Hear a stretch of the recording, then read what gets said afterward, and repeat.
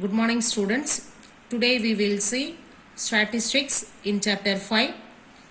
First, we will see data. The numerical information or facts collected are known as data. Information collected is known as data. Data is nothing but collection of information is called data. In our daily life, we come across many situations where we need to collect information in the form of facts or numbers. For example, number of brothers and sisters in your family, number of students in your class using calculator. These all are example for data. The word data was first used in 1640s. In 1946, the word data also meant for transmittable and storable computer information. In 1954, a term called data processing was introduced. The plural form of data is datum is data. It also means given or to give in Latin. Types of data. There are two types of data. First one, primary data. Second one, secondary data. Primary data means the raw data which has just been collected from the original source and has not gone any kind of statistical treatment like sorting and tabulation. Primary data is raw data we collect from the original source. For example, list of absentees in the class. That is, primary data is first hand information. Next, we will see secondary data. Secondary data consists of second hand information which has already been collected. It could have been collected by someone other than the user for some other purpose. It is a second hand information which has already been collected by someone other than user.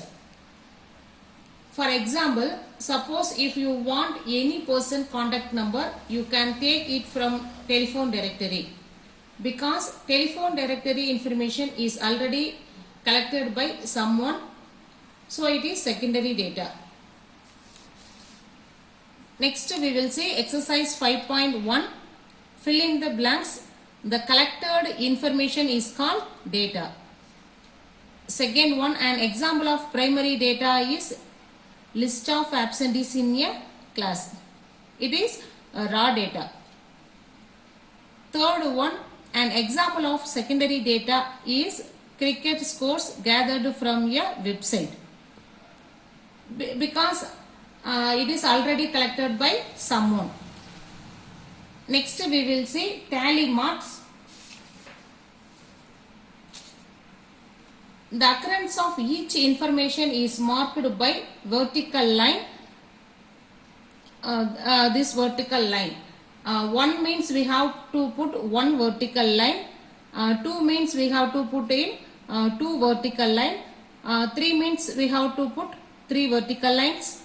4 means we have to put 4 vertical lines. Suppose 5 means we have to strike out all 4 vertical lines. Likewise, we have to do it. The tally marks for the number 7 in standard form is 1, 2, 3, 4. This one 5. Next 6 and 7. Second sum, Vijay threw a die 30 times and noted down the result each time as follows. Prepare a table on the numbers shown using tally marks. Here some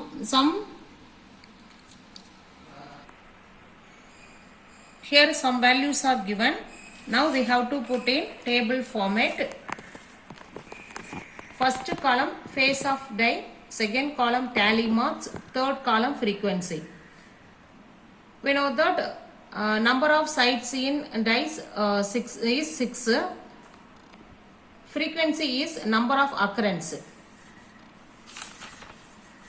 One in the given value 1 how many times 1 is presented? 1, 2, 3. So tally mark is, we have to put 3 vertical lines, 1, 2, 3. Frequency is 1 is 3 times presented, so frequency is 3. Next, how many times 2 is presented? 1, 2. So 2 times 2 is presented. So tally marks, we have to put 2 vertical lines. Number of occurrence is 2. Next, 3. How many times 3 is presented? 1, 2, 2 times present. So tally mark is 2. We have to put 2 vertical lines. Number of occurrence is 2. Next to 4. How many times 4 is presented?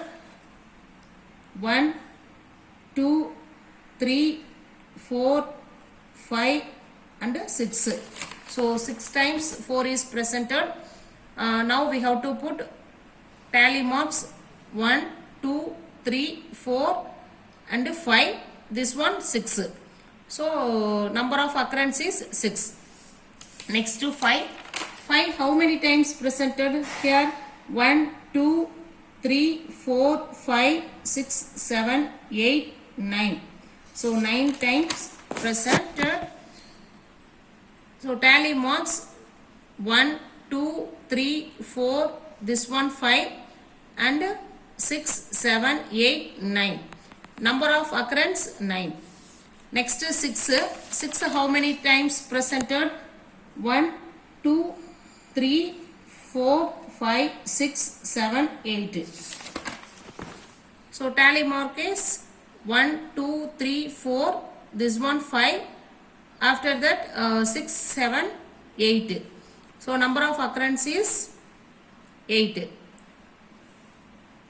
We have to add all the values. So total is 30.